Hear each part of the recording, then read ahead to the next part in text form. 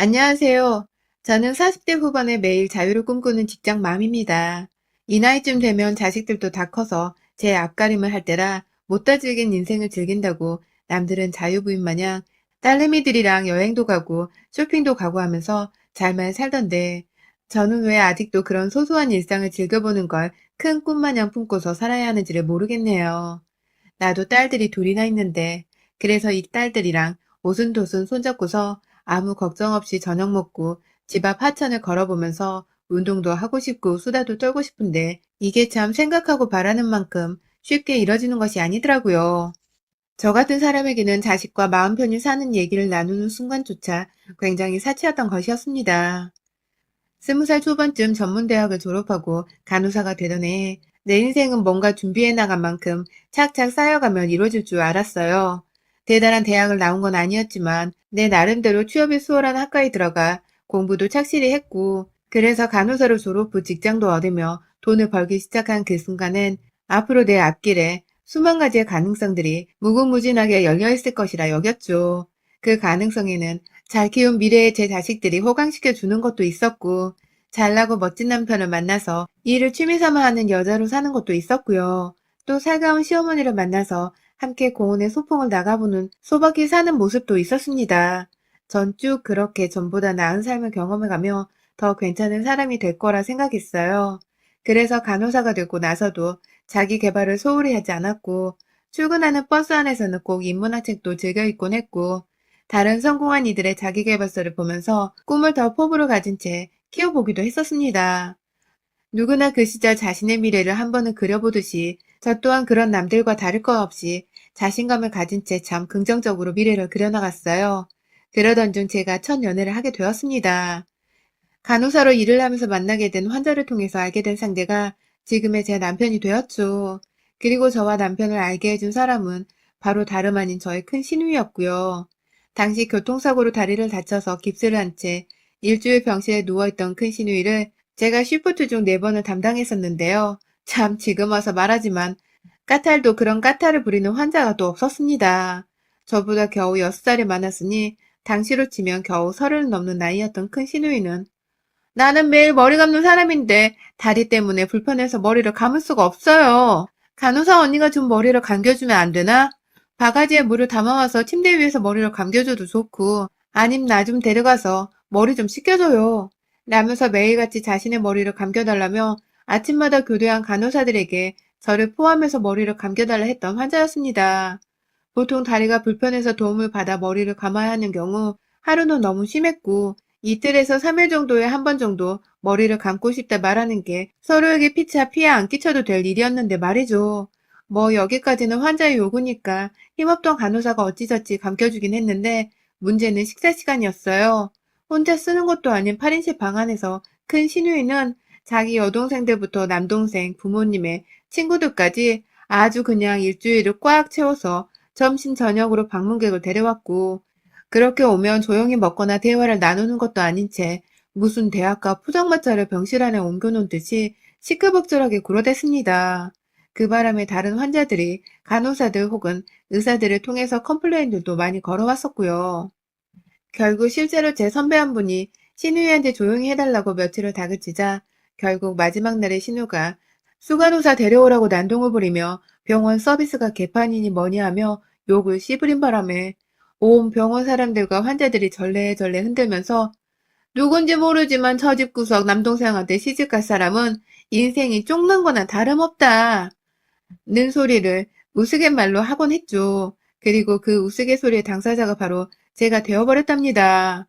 참 지금도 저도 생각하면 화딱지 나고 제 선택이 너무너무 후회가 되는데 그때는 제가 잠깐 남편에 미쳐서 사리분간을 제대로 할 수 있는 처지가 되지 못했었습니다. 당시 방문을 올 때마다 자기 누나가 소란을 피우고 또 누나들이 우르르 와서 수다를 떨며 주변 환자들이 눈치를 주고 싫어하는 눈빛을 보내는 도중에 그 상황에 대해서 제대로 눈치를 채고 미안해하던 사람은 단 한 사람, 제 남편이었습니다. 세 시누이 중에 가장 아래에 있던 막내 아들인 저희 남편은 제 눈에 참 드세 보였던 큰 시누와 다른 두 자매들, 그리고 시어머니와는 달리 혼자서 아버지를 닮기라도 한 건지 사람이 참 점잖았어요. 꼭 집에 가기 전에 미리 병실을 나와서 병원 식구들한테 소란스럽게 해서 죄송하다며 사과를 했고, 누나들이 뭐 그런 걸로 사과를 하니, 내 돈 내고 내가 병실 쓰는 중인데? 라면서 남동생에게 무안을 주면 남편은 시끄러우니까 나갈 때까지 말은 하지 말고 그냥 가. 라는 식으로 툭툭 뱉어내며 자기 누나들한테 명령조를 쏟아내며 데리고 나섰어요. 자기도 주변 사람들 눈치 보기가 창피했었던 것이었죠. 그런 남편을 저는 좀 다르게 볼 수 있었고 유일하게 멀쩡한 가족이구나 하는 생각에 특별하게 보였습니다. 제가 일할 때에는 대부분 남편이 회사에 출근했다가 들린 건지 꼭 한 번은 조금씩 모습을 드러냈고 그러면 저희는 가벼운 인사를 나누었죠. 신우가 퇴원하는 마지막 날에도 우리는 그렇게 인사를 나누며 건강을 빌며 헤어졌고요. 하지만 그 다음날 남편은 또다시 병원을 찾아왔습니다. 뭘 놓고 간 건 줄 알고서 어쩐 일이냐고 다가갔는데 그 사람은 한참 쭈뼛거리다가 제게 용기를 내며 번호를 물어봤어요. 큰 누나가 너무 민폐를 끼쳐서 제가 감히 번호를 따도 될지 모르겠지만 저는 꼭 받고 싶어요. 라면서 건네주는 핸드폰과 그 순간에 마주친 남편의 눈빛은 참 번갈아가며 반짝이는 듯 했습니다. 햇빛에 비춰주는 호수면에 반짝이는 모습처럼 말입니다. 몇 번의 만남과 오랜 통화, 그리고 문자를 통해 저 나름대로 남편에 대해서 차근차근 알아갔습니다. 확실히 내가 본 누나들과의 모습과는 다른 성품의 사람이란 생각이 늘 굳게 들었었죠. 저희가 연애를 하게 되면서는 주변 간호 동료들한테는 절대로 그 환자의 남동생과 만난다는 소리를 일절하지 않은 채 비밀리로 붙였고, 내가 혹여나 일하며 실수를 한 게 있을까봐 남편에게도 누나들한테는 우리 연애를 비밀로 해달라고 했어요.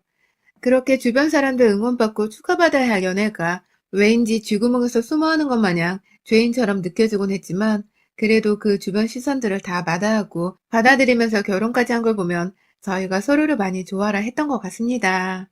저랑 결혼한다고 남편이 저를 처음 가족들에게 소개를 했던 날 큰 신우가 너, 나 간호하던 그 간호사 아니야? 너 간호는 안 하고 보호자랑 연애한다고 간호를 그따위로밖에 못한 거야? 라면서 호되게 혼을 내더니 이내 농담이라면서 자기 여동생들이랑 막 왁자지껄 웃어댔는데 진짜 속으로는 열불나 한 대 쥐어받고 싶어 죽겠는데 어쨌든 제가 보호자랑 썸을 타다 결혼까지 하게 된 게 맞았기에 별말을 하지 못했어요.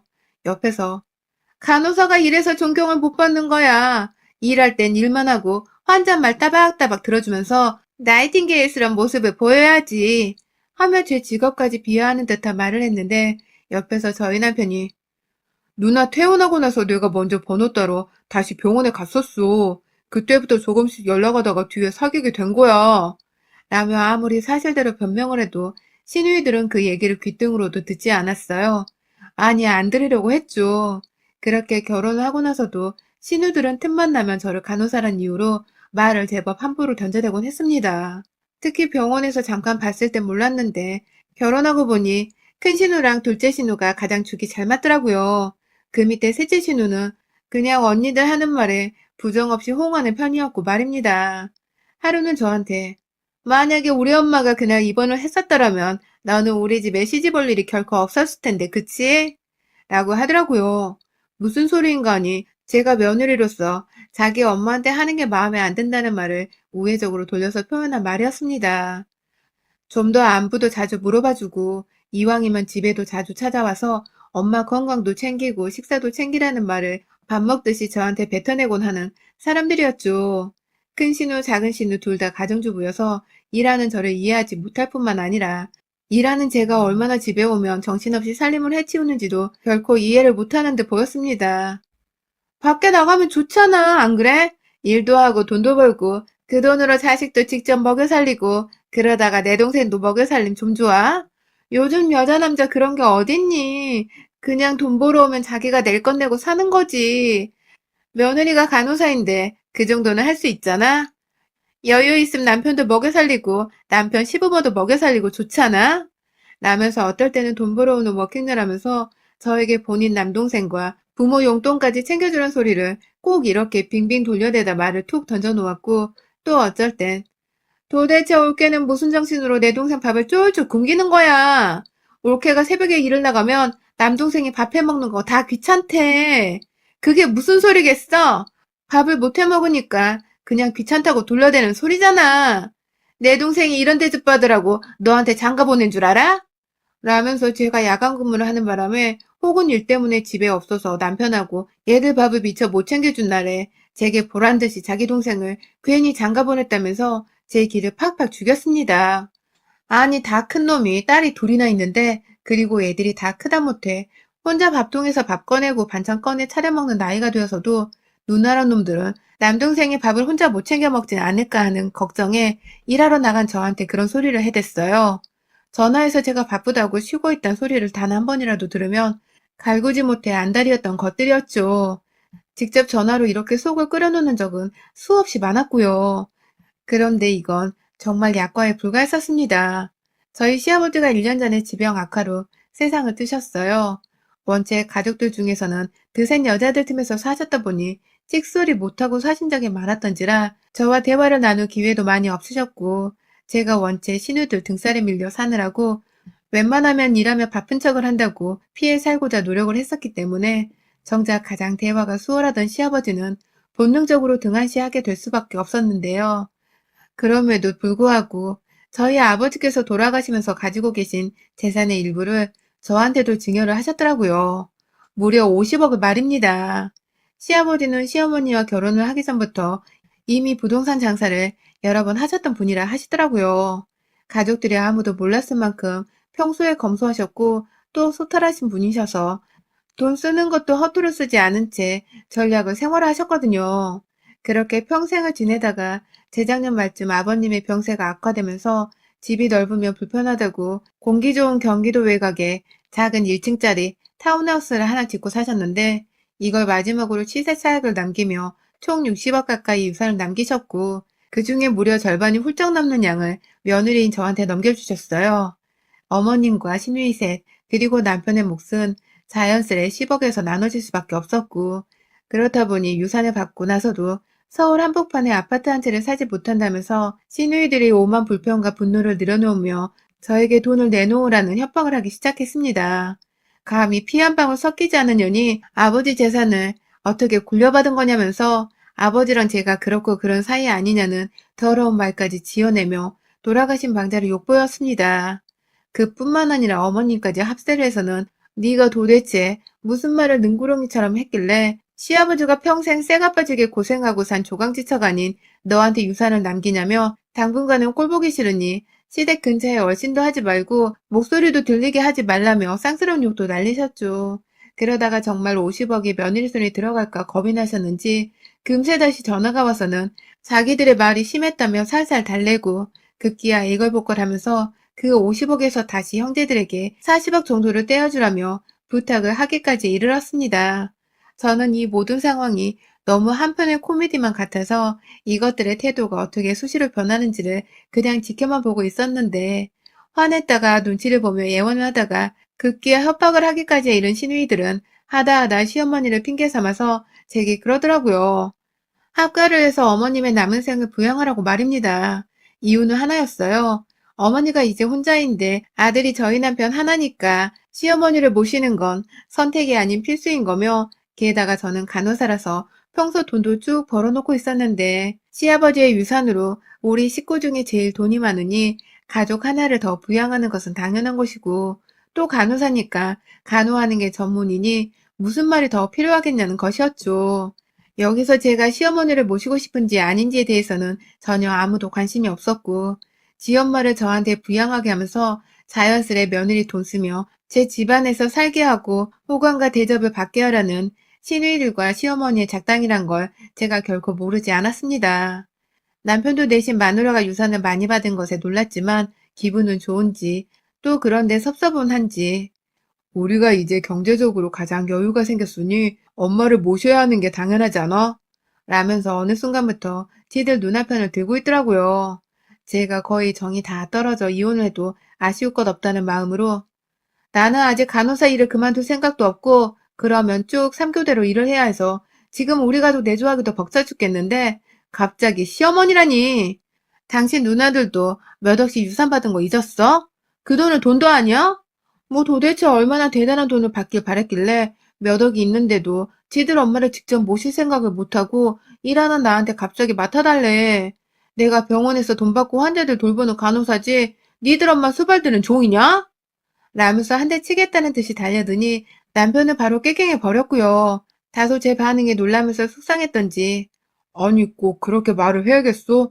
당신이 종이냐니 내 마누라니까 부양해 달라는 거지 라면서 대답을 했는데 그 말에 더 빡친 저는 그럼 너는 왜 네가 내 서방이라서 내 부모 모실 생각은 안 해? 우리 엄마 아빠도 나이 들어서 자식 손이 필요한 사람들이야. 그런데도 두 분이 자식들 진대기 싫다고 본인들 가진 재산으로 앞가림하며 살고 계신 거 몰라? 그거 보고도 네 엄마랑 비교가 안 되니? 넌 왜 우리 엄마 아빠 생각을 안 하고 난 자식이 넷이나 있는 네 엄마 생각을 해줘야 하는데 라면서 다다닥 쏘아붙이고는 남편을 안방에서 쫓아내고 그날은 혼자 자기로 했죠. 그런데 남편이 거실 밖에서 지 누나들한테 무슨 말을 한 건지 글쎄 셋이서 거의 동시다발적으로 번갈아 저한테 전화가 와서는 우리 엄마 부양할 생각이 없으면 재산을 내놓던지 아님 소송으로 가보자고 누가 이기나 어디 해보자고 라면서 남동생이 좋게 좋게 말한 것 같은데 그걸 고분고분 마누라가 받아들일 생각은 안 하고 따박따박 말대꾸로 했나 보지? 그렇게 내 동생 속 뒤집어 놓으면 좋아? 그래? 라더라고요. 급기야 전화를 받고 기분이 더러워져 밖에 있는 남편한테 가서 또 한바탕 누나들한테 꼰지른 새끼라며 지랄지랄을 하다가 씩씩거리며 들어왔는데 그 사이 전화를 또 했는지 왜 전화 안 받아? 이젠 네 서방도 모자라 형님들까지 무시하냐? 돈 쳐받으니 눈에 뵈는 게 없지? 라면서 문자가 또 여러 통 남겨져 있더라고요. 이것들이 진짜 나는 가만히 있었는데 그냥 드세 죽겠는 딸들한테 아빠 대접도 제대로 못 받고 시엄마 기에 눌려 늘 가족들끼리 모여도 나만큼이나 끼지를 못하고 사시던 분을 안쓰러워했을 뿐이었는데 그런 저한테 급기야 평생을 모은 유산을 다 줄 정도였음 얼마나 시아버지가 그간 가족들한테 정남이가 떨어져 있었는지를 다 알겠더라고요. 그런데도 딸내미들과 시어머니는 그 와중에 돈 욕심이 나서는 기껏 며느리한테 한다는 소리가 하나 있는 시어머니와 합가를 해서 부양을 하라는 것이니 참 시아버지가 죽어서도 마음 편히 이승을 뜨지 못하겠다는 생각이 들어 또 한 번 불쌍더라고요. 문자를 하나하나 곱씹으면서 새 시누이와 시어머니를 전부 차단시켰고 어떻게든 시모와의 합가 없이 이 상황을 벗어나려고 계획을 세웠습니다. 거실 밖에서 싸운 지 10분도 되지 않아 코를 골며 골아 떨어져 버린 남편의 코골이 소리를 들으면서 오만 정이 다 떨어져 확 집을 나가버리고 싶었는데 딸내미들 생각하면서 부부싸움을 한 것에 이미 미안해하고 있었는지라 어떻게든 꾹 참고서 아버님이 주신 돈만 생각하려 했습니다. 그리고 그 다음날 출근하기 전에 은행으로 출근 도장을 찍은 저는 일단 돈 10억씩을 모두 저희 딸들 앞 통장으로 증여를 바로 해버렸고요. 증여세가 거의 2억이 넘게 들었는데 그 돈은 그냥 하나도 아깝지가 않았어요. 어차피 없었을 돈이라 생각을 해버리니 그 2억이 큰 돈인지도 모르겠더라고요. 엄마가 결혼 생활 내내 드센 할머니와 고모들 아래에서 별소리를 다 들어가면서 살았던 것을 지켜본 제 딸들은 이미 저만큼이나 시누이들을 향해서 도끼가 가득했었는데요.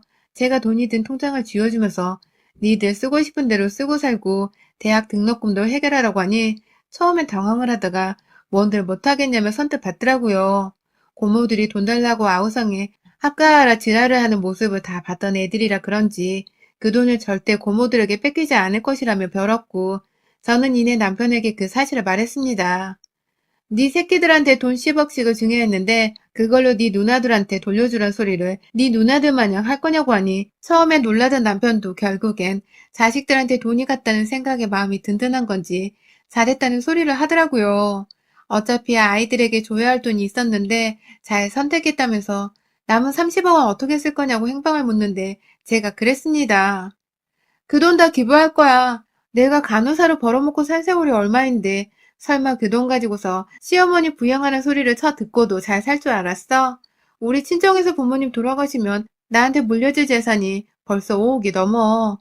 그 돈으로 내 노후는 얼마든지 살 수 있는데 30억? 명품백 10개 정도 사고 남은 건 그냥 확 기부해버리고 말 거야. 난 그 정도로도 만족해. 라면서 아주 철없는 애 마냥 30억을 기부하겠다고 남편 앞에서 보란듯이 사회복지재단을 검색하기 시작했어요. 기부를 어떻게 하는지에 대해서 혼자 검색을 하면서 내일 아예 연차를 써야겠지? 라면서 혼자 스케줄을 다 잡아놓은 사람 마냥 계획을 세우고 흥얼거리다가 안방으로 들어가자 뒤에서 남편이 바로 따라 들어오더군요. 기부하는 거 알면 누나들이 난리 날 거라고 그냥 기부하기 전에 한두 푼 좀 나눠주고 기부를 하는 거 어떠냐고 부탁을 하더니 결국 제가 네 새끼들 통장 안에 들어간 돈으로 만족하고 네 누나들은 살아생전 아버님께 불효하고도 몇 억 받은 걸로 만족하고 살라 하면서 털끝 하나 건들지 말는 소리와 함께 먼저 침대에 누워 잠이 들었습니다. 그리고 다음날 일어나 보니 남편은 출근을 이미 했고 딸내미들도 다 이미 외출을 한 상태였는데 밖에서 누가 초인종을 너무 정신없이 누르고 있어 살펴보니 시누이들이 와 있었어요. 왜 아침부터 재수가 없게 내 집에 찾아와서 저 난리일까 싶어. 경찰 부르기 전에 가세요. 안 가면 저 지금 신고합니다. 라면서 용건이 없으니 가주라는 말을 했고 그러자 시누이들은 급기야 제 문 앞에서 옳게 나 한 번만 봐주면 안 돼? 기부 다 무슨 말이야. 가족들한테 먼저 나눠주는 게 기부지. 그냥 그거 우리 주고 합가는 없던 일로 하자. 라고 하는데 이제 보니 이것들이 시어머니랑 합가하는 거 가지고 저한테 돈이랑 협박을 하고 있었나 보더라고요. 며느리가 합가하는 건 고추고도 싫어할 테니 그럼 안 하는 대신 돈을 달라 뭐 이런 거였겠죠? 저는 당장 제 수중에 들어온 돈을 어떻게든 인연들이 다 배잡고 아파 뒤지려 할 만큼 배알이 꼴리는 곳에 써버려야겠다는 다짐을 했습니다. 그날 저는 문 앞에서 돈과 합가를 가지고서 딜을 해대는 시누이들의 말에 합가를 할 테니 돈은 없던 걸로 해요. 저도 어머님 모시고 살고 싶었는데 벼랑간 일이 부탁을 해오니 못 이기고 배겨요. 라며 합가에 동의를 했어요. 당황한 시누이들 사이를 뚫고 집을 나가서는 곧장 택시를 타고 시댁으로 달려가 시어머니를 모셔서는 달랑 옷가지 든 가방 하나만을 든 채 저희 집으로 들여왔습니다. 딱히 시부모 방이라 할 것도 없어서 베란다에다가 나뭇잎을 깔아다가 그 위에 어머님 방이라면서 짐가방 놓아두고 살라고 했고요. 이게 무슨 천박한 짓이냐고 저를 향해 화내시는 시어머니께 합가하라면서요. 합가해달라고 할 땐 언제고 이제 와서 뭐 하기 싫어?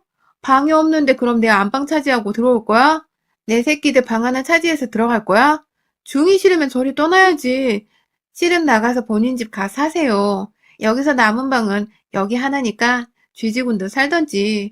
너무 추우면 거실로 나와 있어도 좋고요. 단 애들 남편 집에 있을 때 이불 깔고 거실에 공간 차지하지 마요. 저 출근한 사이 집안 물건 함부로 손대지 말고 합가만 해요. 합가만, 오케이? 라며 숨도 안 쉬고 따박따박 소리를 질러대며 시어머니 혼을 완전히 빼놓은 뒤 저는 짐을 싸서 그 집을 나갔습니다. 저 완전히 자유부인이 되었어요. 혼자 시아버지가 주신 돈으로 호강 좀 누려보겠다고 하루 몇십만 원 하는 호텔에 체크인을 해서는 거기서 출퇴근하기 시작했고요. 이왕 이렇게 된 거 차가 한 대 정도 필요하지 않을까 싶어서 홧김에 차 한 대도 세단으로 구매를 해버렸어요. 자유부인이 된 기회를 절대 놓치고 싶지 않다면서 일주일쯤 되어갈 때는 집으로 돌아오라는 자식들도 뒤로 한 채 당장에 살 30평형대의 아파트 한 채를 구매해서는 딸내미들 불러다가 그냥 이 집에서 살자면서 아예 이사를 오게 만들었고 그 바람에 졸지에 남편은 그 집안의 딸내미와 와이프가 아닌 시어머니를 모시고 사는 처지가 되어버렸죠.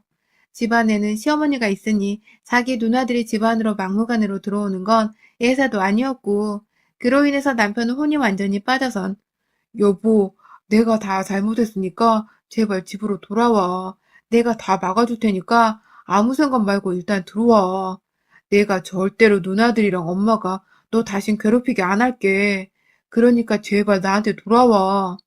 라면서 혼자 시를 읊으며 사랑타령하고 있고 저는 저대로 그런 남편을 즐기며 다시는 저 집구석에 들어가지 않겠다는 혼자만의 각서를 썼네요. 당연히 시누이들은 딸들을 통해서도 저한테 연락을 하려고 아주 난리가 났지만 저는 일절 받지 않은 채 제가 누릴 수 있는 건 다 누려보겠다면서 여전히 간호사로 일을 하는 와중에도 딸들과 함께 퇴근 후나 전에는 쇼핑을 나서기도 하고 사고 싶었던 인테리어 소품들이나 옷가지들을 사며 스트레스를 풀었고 웬만한 소비를 하고 나니 이 정도 채워놓고 살면 아쉬울 건 더 없을 거라면서 시누이들이 소송 걸어 지 재산을 찾기 전 몽땅 남은 돈은 사회에 기부를 해버렸습니다. 아주 몽땅 말입니다. 제 집 있고 평생 돈 아낀다고 사지 않았던 명품백 여러 개에다가 딸내미들 통장에 돈 10억이 박혀있으니 아쉬울 것이 하나 없는 때였죠.